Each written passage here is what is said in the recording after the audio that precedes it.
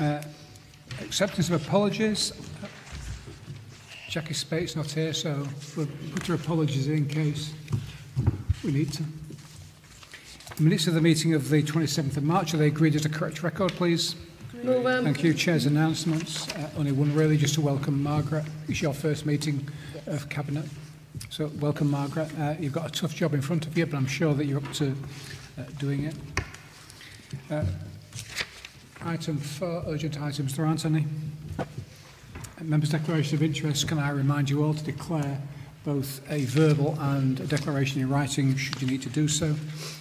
Agenda item 6, first of our key decision reports. Agenda family-focused substance misuse support service. Pat. Thank you, Chair. So in the past, the Council has had different contracts for providing help and support to people relating to substance misuse, and that includes problems with alcohol. This proposal is for one contract for one service that can work with both young people and their parents and be family focused. The service will look at prevention of substance misuse, develop better information for people who are experiencing problems, and work with other agencies to ensure that people get the right support at the right time and from the right service. We are proposing to seek proposals for a 3-year contract with an option to extend for a further 2 years. So I'm recommending option 1 as outlined in the report. Any questions or comments? If not, can we agree? Great. Thank you, colleagues. Agenda item 7, improving support for adults with learning disabilities. Pat. Yeah. Again, this proposal has 2 parts to it. Firstly, to procure a new supported living service that will help develop independent housing options rather than shared housing. Second, to the pilot individual service funds, which are a new way for us to give people more control over their budget for care and support. We are doing this to try and develop better long-term arrangements for people with learning disabilities, to help them live independently and stay within the district near to friends and family, and to give them control over how money is spent on their day-to-day living arrangements. We want to learn from the initial pilot for individual service funds, and if they prove that we can make a real difference, we want to extend this way of paying for care to people in the future. We want to give people with learning disabilities the best opportunity to live independent and happy, successful lives. So again, it's option 1. Thank you, Pat. Any questions or comments from anyone? No? If not, we agree? Agreed. Maureen, agenda item 8, award of the framework agreement for transport services. Thank you, Chair. The purpose of the report is to award the framework agreement for transport services. As outlined in 5.3, a more formal contracting relationship is now required with private hire companies that are undertaking journeys with vulnerable people, such as adults with physical and learning disabilities, children with special needs, children in care and older people.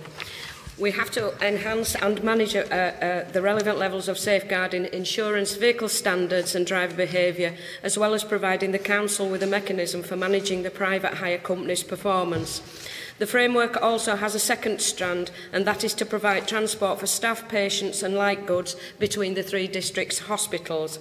9.1 and 9.2 outline the organisations to be appointed for each strand of the contract. 13.2 outlines the estimated value of services to be secured over the next 4 years, which is expected to be £10.4 million. The recommendation is at 3.1 that Cabinet approves the award of the framework agreement for transport services to the 12 organisations detailed in 9.1 and 9.2 for 2 years with an option to extend for a further 2 years. Questions or comments? No? Agreed? Thank you. Agenda item 9 is mine, financial health report. Suffice to say, we've got a revenue budget of £250 million, more or less. The variation is 73,000, which, well done, pretty good. So we need to try and find someone to spend £73,000, please, in a month, so we can, I can spend it. So we can exactly balance the budget if we can. Exactly balance the budget. Potholes, you want to put on potholes? Now, seriously, just again to record our thanks to Neil and the team for making sure that the financial management is on a very, very sound footing.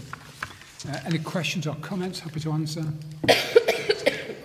Was that a question or a cough? That was It was a a cough. cough, thank you. Can we agree then? Agreed. Thank you. And the final item is yours, Les, apprenticeship levy. Yeah, this is, Oh, this is lovely, this. I suppose, a bit close to my heart. I started out as an apprentice fitter at Ixon and Wells Limited, and I can see the value, not just of apprenticeships, it's how they train people in apprenticeships to further the career in lots of different avenues. And you can see some of that coming through this report. It also, Chair, fits in with the skills agenda that, not just for the council, but for different areas right across the district. And to go from 40 apprenticeships up to 197 apprenticeships, it's really excellent. What this report also shows is how we want to use that, which I think is important. It is, apprenticeships aren't just about coming into something and staying in that all the time. You can move apprentices around and give them value across all sorts of the organisation. And I think this report does that as well. So I'd certainly move the report and say, I know it says no to, but I think it's excellent for the area, excellent for our skills agenda, and what's more, excellent for the number of people that will take this up. Maureen? Yeah, I just want to comment on the report. I mean, I remember a couple of years ago when we did the Troubled Families programme and we took on 7 apprentices who didn't have the level of skill or educational skill that is normally required for apprenticeships. I know of those 7 we still have 5, and I'm really delighted to see in 5.41 and 5.42 that we are looking again at those more disadvantaged children and giving them an opportunity. I think it's excellent. Can I just ask, in terms of people who want to take advantage of this, what's the publicity going to be like? I think there's definitely a plan, Chair, right across. Maureen's just talked about some of the disadvantaged people. One of the problems we found was exactly what you've talked about certain areas not understanding what the apprenticeships are about. Certainly in that area, people are going to go out into those particular homes, those particular areas and families, and actually promote it more than what we've done before. I think you raise a good point about the rest, about how we actually publicise it and get it out there. I think we really should. There was a report last week, I think it was last week, in the national media about those who use this scheme. Actually, they're not really apprenticeships. So we're going to make sure that these are real and lasting apprenticeships that add value both to the individuals concerned and to, if you like, the district skills base, as you say, Les. So we do need to make sure that we reach people right across the district from every part of the district, in particular those from some of the more disadvantaged areas, so they can take advantage of this. Yeah. Okay, anybody else? Just as a corporate parent, I think, you know, we can all do things ourselves, can't we, you know, to promote it as well. So Yeah. I think that's an advantage for children's services, you know, to promote that corporate parenting role. Yeah, Anybody else? If not, can we agree? agreed. Thank you, and that concludes the agenda. Thank you, colleagues.